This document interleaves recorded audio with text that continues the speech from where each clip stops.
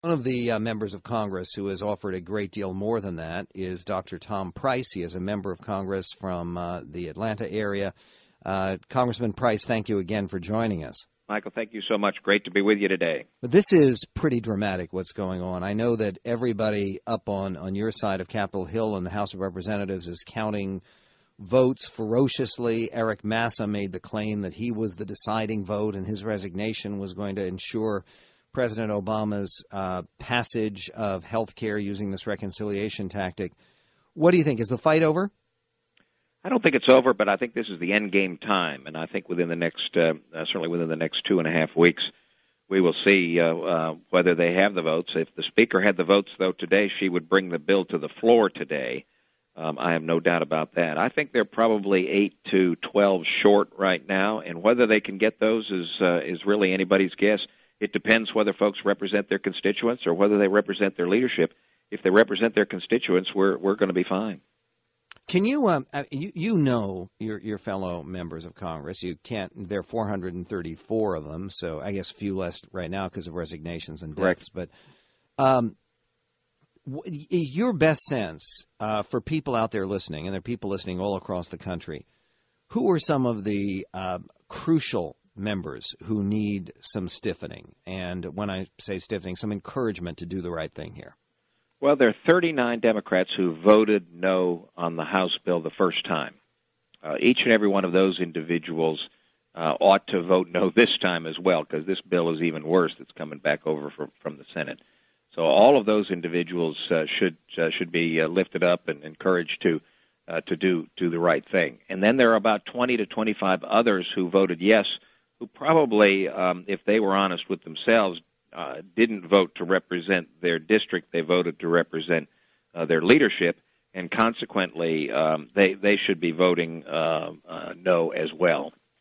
And who those folks are relatively easy to determine. Folks can go to the nrcc.org/Code Red site. We've got an Operation Code Red that we're doing that allows individuals to get a sense about who these people are and whether or not they live in those districts or whether or not they know anybody that lives in those districts. This is such a serious matter. I know that Senator McConnell has implied that if, God forbid, 1,000 times, they actually scrounge up the votes and pass this thing by the narrowest of margins, he's implied that there will still be some chance to repeal it. Would you be interested in working on that, or do you think that's a pipe dream?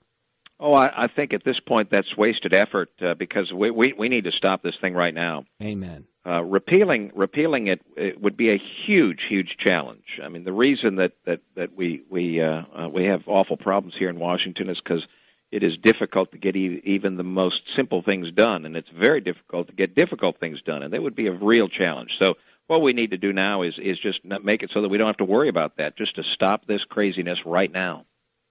If you were given the chance, and I know that the Speaker of the House is unlikely to give you the chance, couldn't you and your fellow Republicans who are deeply involved in this health care reform issue, couldn't you put forward a bunch of specific incremental changes that pretty much everybody would agree with, and then everybody could go home and America could be preserved from this budgetary and freedom disaster that we're talking about? Oh, without a doubt, Michael. You know, we've talked about some of those before. They aren't just Republican ideas.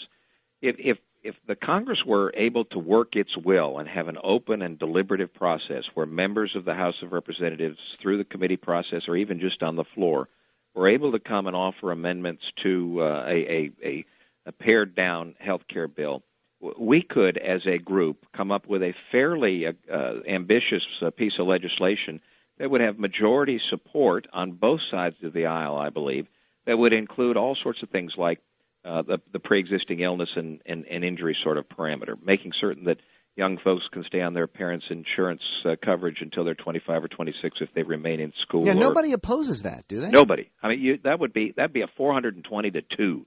And some health information technology, tax incentives, and an accelerated depreciation so that we get increased technology into doctors' offices and hospitals. some wellness and prevention things. There are all sorts of things that we could do that would be positive for the system if we were allowed to actually have an open and deliberative process. But the Speaker refuses to allow that to happen. No, it's appalling to watch it. I was engaging in a debate last night on MSNBC where the gentleman I was on with, Ed Schultz, made the prediction that if this bill passes, that 30 million Americans who are currently uninsured will be insured within 18 months. Doctor, you've diagnosed many illnesses in the past. What would you say the chances are of that actually happening? None. I mean, just think about it. I don't know how to do the math, but that would require more than that'd require about 2 million individuals to be insured, new insured a month, which is whatever that is. That's 70,000 a day or something like that. Yeah, how's that going to work? And it's all going to be for free. We're going to also be reducing the burden on the federal deficit. How's that going to work? No, it isn't. I mean, and if you look at Massachusetts as a model for getting folks into a universal plan, only half of those individuals that were uninsured, and there were only 300,000 there. Only half of those, as I understand it, are currently insured. So they were able to insure about 150,000, get them signed up on the rolls within about a 2-year period of time. So it doesn't bode well. While busting the state budget. And while busting the state budget. Yeah, there's so much going on right now, Congressman Price. When you look at this health care proposal, I know that they're coming back and they have to score it again from the CBO, the Congressional Budget Office, when they finally get their reconciliation adjustments to the Senate bill made. Do you expect that there'll be honest numbers coming back from CBO? Well, they won't. I don't know whether they'll be honest. I know they won't be accurate, and that's because CBO, because of the rules that Congress forces them to work under, cannot come up with accurate numbers. Now, it's the guideposts or the guidelines that we use for everything, but that doesn't mean that they're correct. And the reason for that is that we force them, Congress forces CBO, Congressional Budget Office, to score things to find out what things cost based upon a static model, which doesn't allow for any change in human behavior based upon the rules of whatever the endeavor is. That's get to the right answer. And again, as a physician, you would know better than that